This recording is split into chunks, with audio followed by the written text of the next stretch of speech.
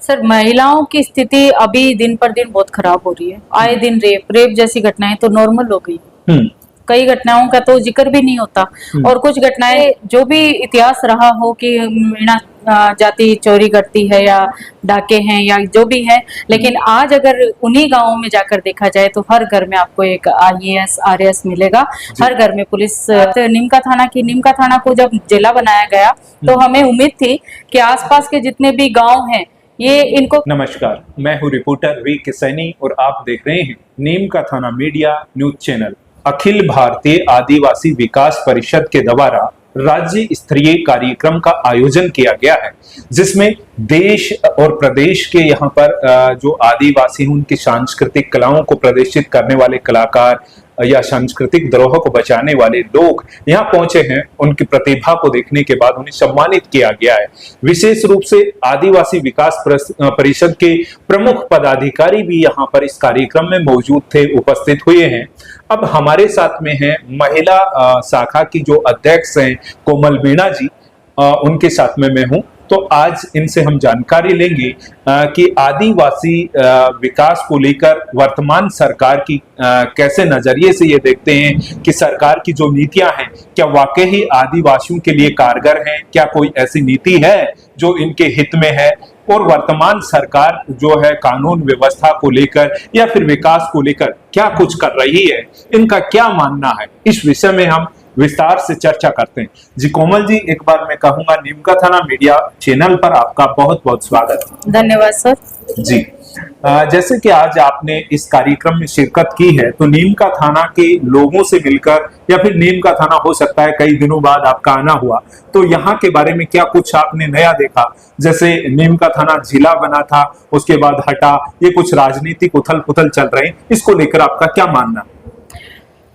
Sir, Neemka थाना का इतिहास काफी पुराना इतिहास है। यहाँ से जुड़े गांव जो है नएबास पुराना बास, इससे मैं खुद बिलोंग करती हूँ, मेरी दादी वहाँ से हैं, तो मैं उसके इतिहास को बहुत अच्छे से जानती हूँ। यहाँ पे पहले जो भी इतिहास रहा हो कि मीणा जाति चोरी करती है या डाके हैं या जो भी है, लेकिन आज अगर उन्हीं गांवों में जाकर देखा जाए तो हर घर में आपको एक IAS RAS मिलेगा। हर घर में पुलिस लाइन में एक बड़ा अफसर मिलेगा। बच्चे आज अव्वल आ रहे हैं और पढ़ाई का स्तर उनका काफी अच्छा हुआ है। नया बास और पुराना बास मीणा समाज के लिए एक मिसाल बना हुआ है। तो मैं, और रही बात नीमका थाना की, नीमका थाना को जब जिला बनाया गया तो हमें उम्मीद थी कि आसपास के जितने भी गांव हैं ये इनको कम से कम स्टडी और चिकित्सा के लिए बाहर नहीं जाना पड़ेगा, जयपुर का मुंह नहीं देखना पड़ेगा। लेकिन अब जब उथल पुथल की वजह से इसको वापस जिला से हटा दिया गया, तो हम सरकार से यही उम्मीद करते हैं कि इसको जिला बनाया जाए नीमका थाना को, और यहाँ का डेवलपमेंट होगा तो आसपास के गाँव और आसपास के क्षेत्रों का भी डेवलपमेंट होगा। जी, वर्तमान सरकार की चाहे केंद्र सरकार हो या राज्य सरकार हो, जैसे कि एक ही पार्टी की सरकार है, सत्ताधारी पार्टी है, तो उसकी आदिवासियों को लेकर कैसी नीतियां हैं, कैसे वर्तमान की जो पॉलिसी है वो कैसे काम कर रही है? क्या वास्तव में आपको लगता है कि आदिवासियों के हित में उन्हें प्रोत्साहित करने के लिए कोई काम किया जा रहा है सरकार के द्वारा? सर, आदिवासियों के लिए ऐसा होता है कि योजनाएं जब भी बनती हैं आदिवासियों को दिया कम जाता है और छीना जाता है। आदिवासियों को उनकी धरती से, उनके जंगलों से बेदखल करके उनको शिक्षा मुहैया नहीं करवाई जा रही, क्योंकि आप ये सोचिए कि जो आदिवासी रहने का ठिकाना ही नहीं, उनके लिए स्कूल कहाँ से होंगे? उनको तो जंगलों से भी बेदखल किया जा रहा है। तो आदिवासी सिर्फ शहरी क्षेत्र वाले जो हम समाज के, मीणा समाज या अदर कोई भी समाज से हैं वो नहीं, आदिवासी क्षेत्र आप बहुत बहुत विस्तार में आदिवासी हैं। आदिवासी झालावाड़ सिरोही जाके देखिए आप, आज वो उसी पिछड़े अवस्था में हैं जो आज से सैकड़ों वर्ष पहले हुआ करते थे। तो स्कूलों को गांव से दूर कर शिक्षा से तो वंचित किया ही जा रहा है। आदिवासियों के लिए जो स्कीम निकाली जा रही है वो आदिवासियों तक पहुंच ही नहीं पा रही है। बिचौलिए ही ऐसे होते हैं कि उस स्कीम को वहां तक ना पहुंचने दें और बीच में ही उसमें से जो भी सरकार का हो सके उतना खा लें और स्कीम को सिर्फ पेपरों पे दिखा दिया जाए। तो वो पेपर वर्क जो हो रहा है वो तो परमानेंट पर्टिकुलर हो रहा है, लेकिन मुझे नहीं लगता कि वो जमीनी स्तर पर काम हो रहा है। तो क्या आपका कहने का मतलब ये है, अगर कोई पॉलिसी ऐसी बन भी रही है, कोई योजना ऐसी बन भी रही है कि आदिवासियों को प्रोत्साहित करने या कोई किसी प्रकार का उन्हें लाभ पहुंचाने के लिए है, लेकिन वो उन तक पहुंच ही नहीं रही है। बिल्कुल साहब, बिल्कुल। बहुत सारे क्षेत्र ऐसे हैं जो शिक्षा से वंचित है, जहाँ विद्यालय नहीं है। आपने अभी जो देखा, झालावाड़ के बच्चे एक स्कूल से दब के मर गए हैं, तो आप ये देखिए ना कि स्कूलों की क्या स्तर रहा होगा कि कितने मासूम 9 मासूम बच्चों की जान चली गई, 9 घरों के चिराग बुझ गए हैं वहाँ पे। तो आप अब स्तर तो आप खुद ही देखिए, जहाँ विद्यालय ही अच्छे नहीं है, वहाँ पे शिक्षक भी 1-2 ही होते हैं और बच्चे भी नहीं पहुंच पाते हैं, क्योंकि उनको पता ही नहीं होता है कि उन तक पहुंची ही नहीं जाती है स्कीम कि उनको मिल क्या रहा है, उनको फ्री शिक्षा मिल रही है या फ्री भोजन। 5-10 बच्चों को लाके बैठा के पढ़ा के और भेज देना शिक्षा का स्तर सुधारना नहीं होता सर। मेरा मानना है कि इस पे एक ऐसी कमेटी बनाई जाए जो विशेष तौर पे खुद जाकर वहां पे स्कूलों का जायजा ले, जो जर्जर अवस्था में जो स्कूलें हैं उन्हें सुधारा जाए, शिक्षा का स्तर। और जो मिड डे मील के नाम पे जो धोखाधड़ी हो रही है, मैं जान रही हूँ, मैंने कई बच्चों से बात की है कि वो उनमें सिर्फ जैसे दूध तो गायब ही है मेन्यू से, मुरमुरे दिए जा रहे हैं। बहुत सारी चीजें हैं जो सरकार की तरफ से मिल रही हैं लेकिन उन तक नहीं पहुंच रही हैं। तो ऐसी स्थिति को मेरे ख्याल से एक बार सरकार को नोटिस में लाके और इसकी जांच की जाए, उनको सुधारा जाए, पॉलिसी को पहुंचाया जाए। जी, वर्तमान जो सरकार है उसमें आप जैसे वर्तमान सरकार की कुछ 2 से 3 ऐसी कोई अच्छाइयां हैं जो लोगों के हित में है, कोई ऐसे कानून या नियम या फिर मैं कहूँ योजनाएं जो अभी वर्तमान सरकार ने लोगों के आम जन के हित में बना दी है, आपकी नजर में कुछ ऐसे हैं या फिर कोई काम हो विशेष जो लोगों के आम जन के लिए, उनके हित के लिए किए गए हों? सब देखिए, अगर बात की जाए आम जन की, तो आम जन का आप दिल्ली में हाल देख लीजिए। आम जन का आप किसी भी एक राजधानी में जाके नॉर्मल जो गरीब जनता है उनकी स्थिति आप खुद जाके देखिए कि उनको तो मतलब वोट का अधिकार जो एक मुख्य अधिकार होता है, उसी अधिकार से वंचित करके उनको पता नहीं कितने तरह के कानून लगा के उनसे पेपर मांगे जा रहे हैं, उनको वोट के अधिकार से बेदखल किया जा रहा है। तो हमारा जो मूल अधिकार है, वोट का अधिकार है, जो हमें बहुत संघर्षों से मिला है, वो ही हम तक नहीं पहुंच रहा है, उसी को चोरी किया जा रहा है। तो आप सोचिए ना कि हम कहाँ से कहाँ विकास कर रहे हैं।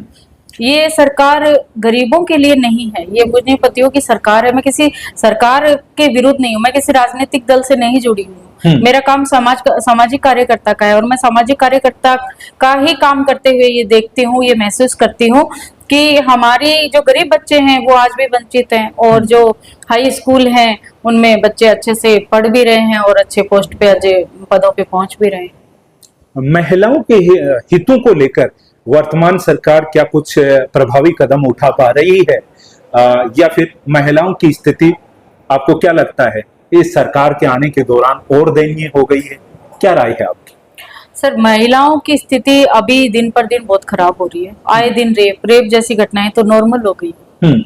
कई घटनाओं का तो जिक्र भी नहीं होता, और कुछ घटनाएं जहाँ अगर रजिस्टर्ड होती भी है तो उनपे कोई कार्रवाई नहीं होती। अभी आप हरियाणा की मनीषा की घटना ले लीजिए, उसका क्या हुआ? एक बच्ची जो अपने माँ बाप का एक सपना लेके चल रही थी, नर्सिंग करना था उसको, बहुत बड़ा सपना नहीं था, एक छोटा सा परिवार, छोटा सा सपना था। उस सपने को साकार करने के लिए घर से निकली। उस घर से निकलने के बाद उसकी लाश मिलती है और कुछ दिनों बाद लिपापोती करके उसको सुसाइड बता दिया जाता है। उस बच्ची की जो डेड बॉडी की जो हालत है उसको वर्णित किया गया है जगह जगह समाचारों में, जगह जगह आप जैसे मीडिया के थ्रू। बाकी तो कोई समाचार वाले जल्दी से इस तरह की न्यूज दिखाते नहीं है, लेकिन जो हम छोटे मीडिया हैं, जो ये यूट्यूब मीडिया से है, उन लोगों से मुझे पता चला है कि उसकी लाश की क्या हालत थी, उसकी बॉडी की क्या हालत थी। तो ऐसी अगर दुर्दशाएं बेटियों को मारकर इस तरह की दुर्दशा में फेंका जा रहा है और उनपे कोई कार्रवाई भी नहीं हो रही, क्या कैंडल मार्च करने से ही हमें न्याय मिलेगा? कैंडल मार्च 2 दिन का होता है, 5 दिन का होता है, और फिर हम घर बैठ जाते हैं, हम भूल जाते हैं उस घटना को। लेकिन वो पीड़िता जो शायद या तो जिंदा है या नहीं है, अगर जिंदा है तो वो पूरी जिंदगी इसी से मरेगी, और अगर मर गई है तो उसको वो लोग भुला देते हैं। तो ऐसी कोई योजनाएं बेटियों के लिए मुझे नहीं लगता कि कोई सुरक्षा को लेके कोई विशेष कानून बनाए गए हैं। फास्ट ट्रैक अदालतों में भी सर ये नहीं हो पाया है कि बहुत जल्दी न्याय मिले। आजकल तो मनीषा के केस में आप देखिए ना, अभी भी हमें कैंडल मार्च ही करना पड़ रहा है। जी लेकिन मुझे लगता है कैंडल मार्च से आपको क्या लगता है, क्या कुछ थोड़ा बहुत भी सुधार संभव है? ऐसे बहुत सारे केस हैं, पहले उत्तराखंड से आया था, दिल्ली में ऐसे केस हो चुके हैं जो वो निंदनीय है, और वाकई ही हर साल ऐसे 2-4 केस तो आ ही जाते हैं, लेकिन उन्हें आनंद फानन में किसी भी कारणवश दबाया जाता है, सरकारों के द्वारा या स्थानीय प्रशासन के द्वारा। सर बिल्कुल, ये कोई मतलब कैंडल मार्च कोई सॉल्यूशन नहीं है। आप अगर 2 साल पहले अपन चले तो एक मणिपुर में जब बच्चियों को निर्वस्त्र करके जब घुमाया गया सड़कों पे, उनको जिंदा जला दिया गया, उनके लिए कितनी आवाज उठी, सरकार ने कोई जाके उसको संभाला भी नहीं। किसी भी अभी जो शासन प्रशासन जो अपने केंद्र में है चाहे राज्य में है, मुझे नहीं लगता कि कोई जाके वहां पे उन लड़कियों का किसी ने हालचाल पूछा या उनके लिए न्याय दिलाने की कोई बात करी हो। इसी तरह हर एक मनीषा रोज मरती है और रोज ही ये केस बंद हो जाते हैं, फाइलों में दब जाते हैं। जी, तो जो लोग आपको सुन रहे हैं, आपको देख रहे हैं, उनको इस वीडियो के माध्यम से क्या कुछ अच्छा मैसेज या संदेश आप देना चाहेंगे? मेरा हाथ जोड़ के सभी से निवेदन है कि देखिए, हम राजनीति पार्टियों में ना बटें तो ज्यादा अच्छा है, क्योंकि हमें सबसे पहले अपने हक की, अपनी सुरक्षा की, अपनी पढ़ाई की, अपनी जो डेली जरूरतें हैं उसकी लड़ाई लड़नी है। ये राजनीतिक पार्टियां एक आती है और अगली बार कुछ और पार्टी बन जाएगी, लेकिन हमारे हित कहाँ है? हमारे हित तो सिर्फ पेपरों में रह जाते हैं। हमारा आज संविधान से छेड़छाड़ हो रही है, कई कानून बदले जा रहे हैं, अपनी सुविधा के अनुसार कानून बदल रहे हैं और हमारे जो अधिकार हैं उनसे छेड़छाड़ करके हमारे अधिकारों से हमें वंचित कर रहे हैं। तो ये कतई बर्दाश्त नहीं होगा। हम सभी जो भी राजनीतिक पार्टी इस अधिकार को दबाने की या छीनने की कोशिश करेगी, हम उसके बिल्कुल अगेंस्ट में हैं और हमारा पूरा समाज, हमारे आदिवासी और दलित, पिछड़े और माइनॉरिटी सारे समाज एक साथ मिलके इस चीज के विरुद्ध में खड़े हैं।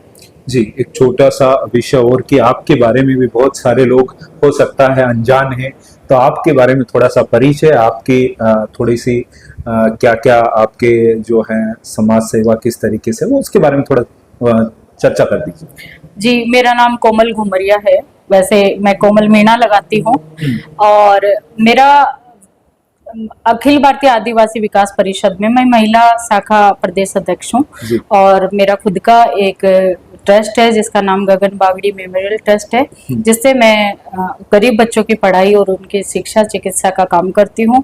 आदिवासी ग्रुप ज्वाइन करने का मेरा एक ही मकसद है कि मैं ज्यादा से ज्यादा जरूरतमंदों की सहायता कर सकूं, जिसमें कि महिलाएं विशेषकर है जिनको न्याय नहीं मिलता, जिन बच्चियों के साथ गलत होता है उनके लिए खड़ी हूँ। जो बच्चियां पढ़ाई से या किसी भी चीज से वंचित है उनके साथ मैं खड़ी होकर उनको न्याय दिलाऊं, मेरी ये भावना है, इसी की भावना के साथ मैं काम करती हूँ। जी, तो फिर मिलेंगे एक और वीडियो के साथ, तब तक के लिए नमस्कार।